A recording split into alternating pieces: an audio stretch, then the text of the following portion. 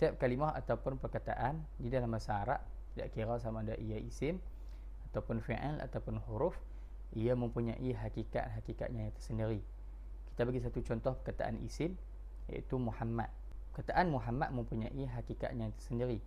Jika dilihat dari sudut adat ataupun bilangan, Muhammad ialah perkataan yang mufrad kerana ia menunjukkan kepada seorang ataupun satu. Manakala jika dilihat di sudut nau' ataupun jantina, perkataan Muhammad merupakan perkataan yang muzakkar ataupun lelaki kerana Muhammad ialah seorang lelaki. Manakala jika dilihat dari sudut ta'yin ataupun di segi perkataan tu khusus ataupun umum, perkataan Muhammad merupakan perkataan yang ma'rifah kerana Muhammad merupakan isim alam ataupun kata nama khas.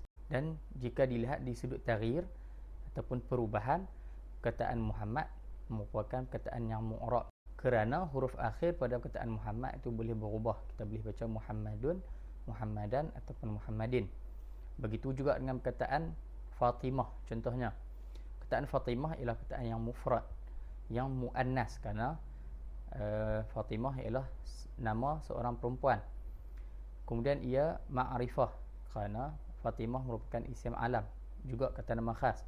Dan ia ialah perkataan yang mu'rab, perkataan yang boleh berubah. Kita boleh baca Fatimatu, Fatimata. Dan contoh yang ketiga, perkataan huwa.